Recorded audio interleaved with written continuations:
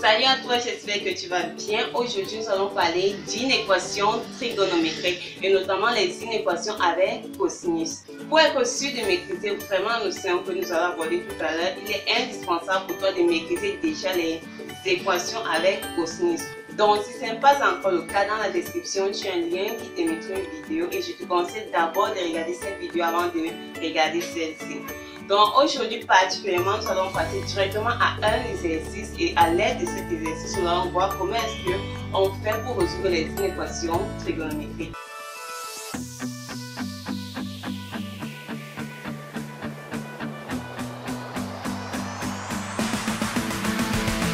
Alors l'exercice est constitué de deux questions. À la première question, c'est une équation très simple et à la seconde, nous allons d'abord faire une transformation avant de la résoudre. Alors, on va résoudre l'équation cosinus x strictement inférieur à racine de 3 sur 2. Alors, lorsqu'on vous donne une équation trigonométrique, la première des choses à faire, c'est vous rassurer que c'est que vous avez à ce niveau. Donc, par exemple, supposons qu'on avait dans le cas général une équation de la forme cosinus x strictement inférieur à 1a. Donc, il faut t'assurer pour résoudre, la première des choses, c'est quoi? Si ton a n'appartient pas à l'intervalle moins 1, 1, alors ton ensemble solution, ça sera soit l'ensemble vide, soit grand R. Donc tout cela vient du fait que le cosinus d'un angle est compris entre moins 1 et 1. La seconde chose, dans notre cas, A appartient à l'intervalle moins 1, 1. Alors ce que tu fais, c'est quoi? Premièrement, tu trouves deux angles. Donc tu trouves un angle alpha et un angle bêta de telle sorte que cosinus de alpha va te donner racine de 3 sur 2 et cosinus de bêta également va te donner racine de 3 sur 2. Par exemple, pour notre cas, pour ce cas-ci, si je veux un angle dont le cosinus me donne racine de 3 sur 2, je pense directement à pi sur 6. Donc on sait que le cosinus de pi sur 6 c'est racine de 3 sur 2. Mais ici, contrairement aux équations ne se contentent pas juste d'un seul angle, on cherche également un second angle dont le cosinus va toujours nous donner racine de 3 sur 2. Je pense encore à cosinus de moins 2 sur 6. C'est racine de 3 sur 2.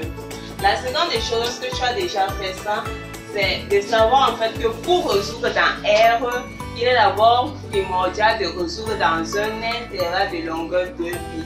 Donc, soit tu résous dans l'intervalle 0, 2 pi, soit alors tu peux résoudre dans l'intervalle moins pi, pi. Donc, ces deux intervalles de longueur 2 pi. Donc, avant d'arriver au résultat dans R, tu résous d'abord dans ces intervalles. Pour notre premier cas, je vais résoudre dans l'intervalle 0, 2 pi, et pour le second, on va résoudre dans l'intervalle moins pi, pi. Alors, à ce niveau, ce que tu fais, c'est quoi? Tu traces ton cercle trigonométrique et tu essaies de représenter en fait ces deux angles. Donc, on va... Alors, premièrement, tu traces ton cercle trigonométrique. Ensuite, tu représentes en fait les angles dont tu as trouvé. Donc, il va représenter pi sur 6 et moins pi sur 6. Donc, je sais que pi sur 6 c'est 30 degrés. Donc, je mets mon rapporteur. Tu t'assures bien que ta pointe soit 0 à ce niveau. On est là, on a notre 30 degrés. Donc, voici notre angle pi sur 6. Également, on va prendre moins pi sur 6, c'est dans ce cadran-ci. Donc, moins 30 degrés dans le sens indirect. Donc, je prends moins 30 degrés. Bien, ça à ce niveau. Donc, voici mon pi sur 6 et voici mon moins pi sur 6. Alors, dès que tu as fait ça, tu peux remarquer que notre racine de 3 sur 2 sont en fait à ce niveau. Donc, voici notre racine de 3 sur 2. Donc, c'est ici à ce niveau. Maintenant, lorsque je dis que je veux les x de telle sorte que cosinus x soit inférieur à racine de 3 sur 2, ce que je mets la racine de 3 sur 2. Donc en fait, notre ensemble de solutions, c'est l'arc-ci. Si on considère que ça c'était le point A et que celui-ci c'est le point B, donc notre ensemble de solutions c'est le grand arc AB. Donc c'est l'arc, le grand arc AB. Donc c'est en fait ça notre ensemble de solutions. partout où le cosinus est inférieur, directement à moins racine de 3 sur 2, c'est tout ceci. Maintenant, étant donné que je veux résoudre dans l'intervalle 0, 2, puis donc voici mon angle 0 degré, ici c'est 2 pi. Donc lorsque on fait un tour, voilà 0, voici notre 2 pi. Donc ce que je fais en fait, l'angle, l'ensemble solution c'est tout ceci. Donc on va quitter des pi sur 6 jusqu'à moins pi sur 6. On sait que moins pi sur 3, si je fais un angle alpha plus 2 pi, il n'y a pas de différence. Donc je vais enlever moins pi sur 6 encore, moins pi sur 6 plus 2 pi.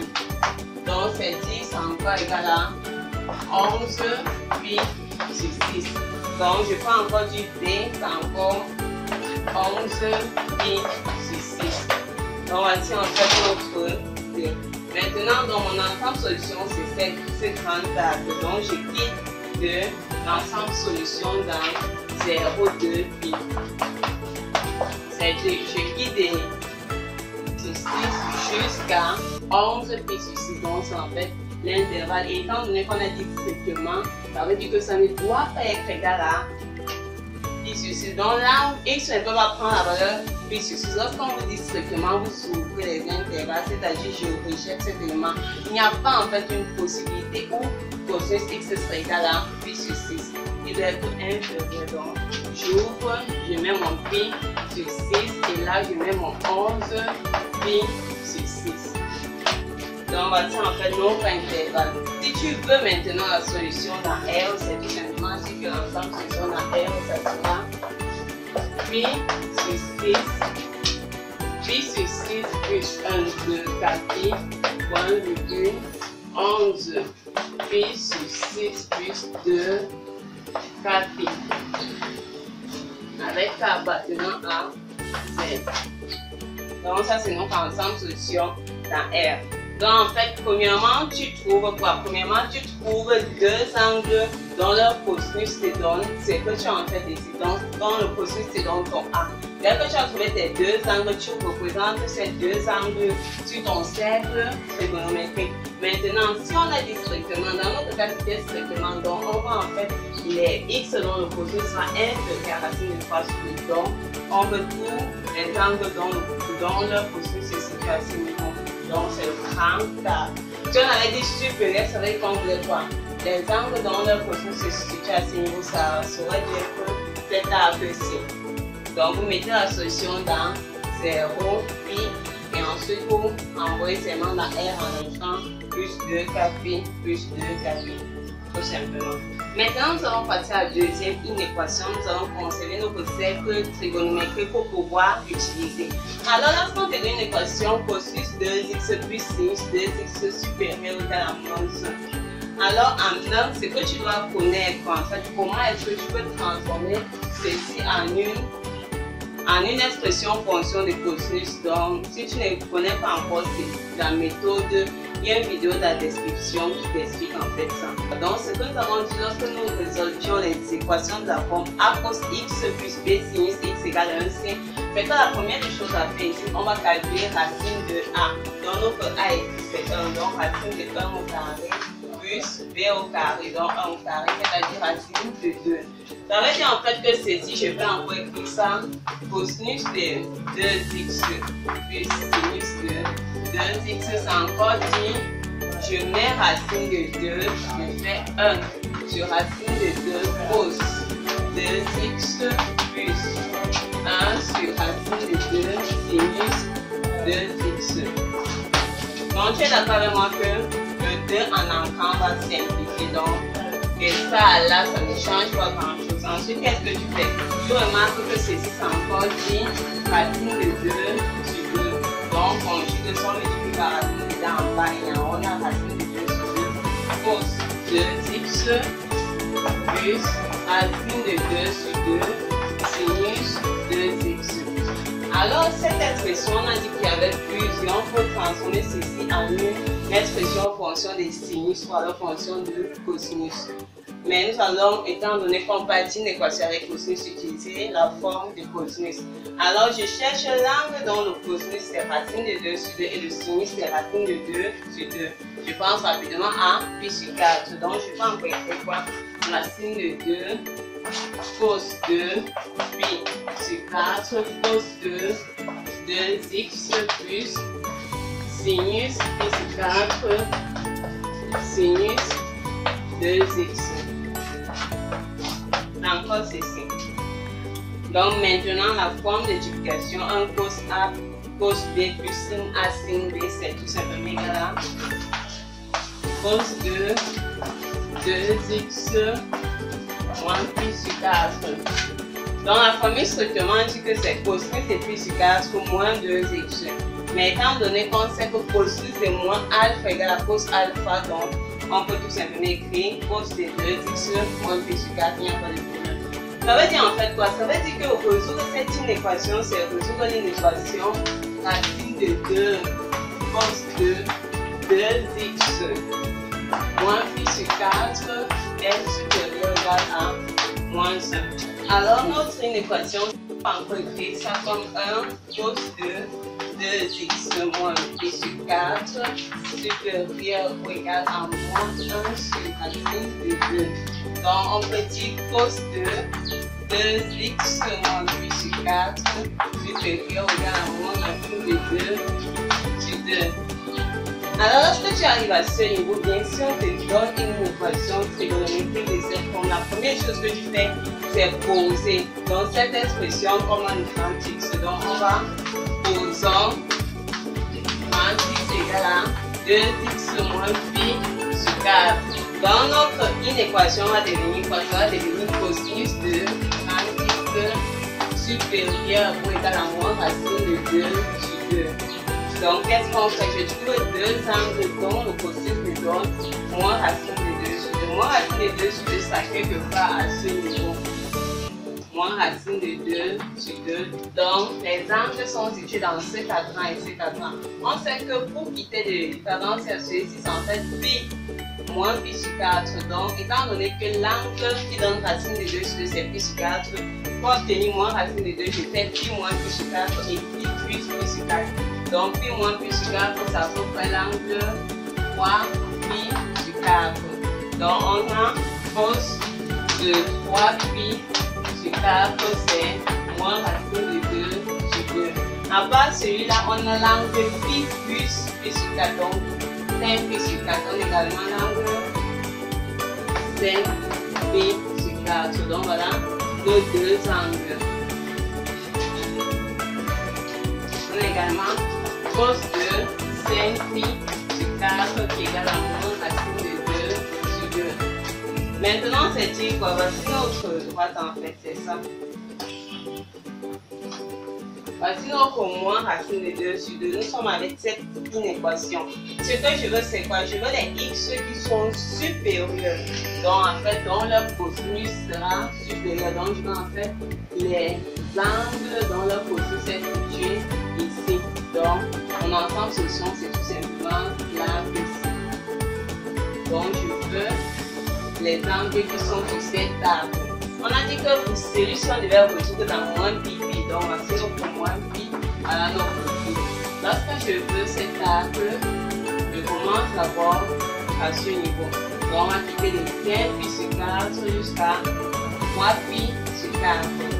Donc, ce que je vais faire, c'est écrire 5 pi sur 4 avec une autre expression. Parce que si tu regardes bien, ceci, si on emprunte pi par 3,14, cette valeur sera supérieure à 7.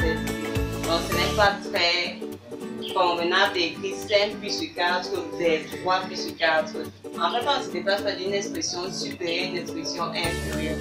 Donc, ceci, je peux encore représenter ça comme moins 3 pi sur 4. Parce qu'on sait que si je fais 5 pi sur 4, je peux encore écrire ça comme 8 pi moins 3 pi sur 4. Donc, c'est 8 pi sur 4, ça nous fait 2 pi moins 3 pi sur 4. Donc, on peut écrire ça comme moins 3 pi sur 4. Donc, ceci, je peux remplacer par moins 3 pi sur 4. Donc, mon ensemble solution, donc mon grand x en fait, mon grand x va appartenir à l'intervalle entre pi 2. Et étant donné qu'on a une supérieure ou égale, ça veut dire qu'on prend la valeur moins 3 pi sur 4. Donc, je termine en moins 3 pi sur 4 jusqu'à 3 pi sur 4. Alors nous avons montré que notre grand X appartenait à l'intervalle moins 3 pi sur 4, 3 pi sur 4. Ça c'est la solution dans moins pi pi. Étant donné qu'on va résoudre dans R, vous savez que grand X dans R, grand X appartiendra à l'intervalle moins 3 pi sur 4 plus 1, 2, 4 pi. 3 pi sur 4 plus 2, 4 pi. Avec bien sûr K appartenant à C2. Maintenant, ça c'est l'intervalle qui entoure grand X. Maintenant, ce qu'on veut, ce sont en fait les sociaux petits X, pas les grands X. Donc, ce qu'on va faire, c'est essayer. Moi, ça que grand X, c'est cette expression. Donc, lorsqu'elle dit ceci, c'est dit quoi? C'est dit que moins 3 pi sur 4 plus 2, 4 pi, inférieur égal à 3 pi, ce qui est inférieur égal à 3 pi sur 4 plus 2, 4 pi. En fait, dit quoi? C'est dit moins 3 pi sur 4 plus 2, 4 pi inférieur égal à, je remplace par sa valeur qui est 2x moins pi sur 4 inférieur égal à 3 pi sur 4 plus 2, 4 pi plus 2, 4 pi. Maintenant, ce qu'on va en fait essayer de faire, c'est d'encadrer notre X parce que c'est ça qu'on va, on veut l'intervalle dans lequel on va prendre X. La première chose pour faire ça, j'élimine d'abord mon moins pi sur 4. Et pour éliminer mon moins pi sur 4, qu'est-ce que je fais? J'additionne tout simplement par 2 par pi sur 4. Donc je vais écrire moins 3 pi sur 4 plus pi sur 4 plus 2, 4 pi inférieur égal à 2x inférieur égal à 3 pi sur 4 plus pi sur 4 plus 2, 4 pi. Ensuite, ceci, ça nous fait moins 2 pi sur 4. Donc, ça nous fait moins pi sur 2 plus 2, 4 pi. 2x inférieur égal à 4 pi sur 4. Donc, pi plus 2, 4 pi. Ensuite, pour obtenir x, pour éliminer ce 2, je multiplie par 2 par moins 1 demi. Donc, ceci, ça devient quoi? En multipliant, ça va nous faire moins pi sur 4 par 1 demi. Plus le 2 s'en va, plus 4 pi inférieur égal à x inférieur égal à pi sur 2 plus 4 pi. Donc on va tirer en fait la valeur de x dans R. Donc lorsque vous arrivez à l'encadrement, ce qu'on a aujourd'hui c'était grand X dans moins ça. Donc voici la valeur de grand X dans R. Donc je remplace tout simplement grand X par mon expression et je trouve un encadrement de grand X. C'est-à-dire que notre ensemble de solutions dans le grand R, c'est tout simplement l'intervalle moins pi sur 4 plus 4 pi, moins virgule pi sur 2 plus 4 pi. Donc voici en fait notre ensemble de solutions. Alors pour maîtriser ta notion, fais beaucoup d'exercices, fais beaucoup d'inéquations et tu vas voir que tu vas en fait fais juste beaucoup d'inéquations et tu verras que ça va devenir très facile. Alors merci d'avoir regardé la vidéo. Si tu aimais, mets un pouce en l'air. Si tu n'es pas encore abonné, alors abonne-toi à la chaîne chaque mercredi et chaque samedi. Et pour la prochaine fois, on va faire des inéquations avec sinus. Comment est-ce qu'on résout ce type d'inéquation? Avant de quitter la chaîne, je te conseille d'aller dans la liste, dans la playlist de boîte. Il y a là une vidéo qui pourrait t'intéresser ou bien qui pourrait t'aider à améliorer ton niveau.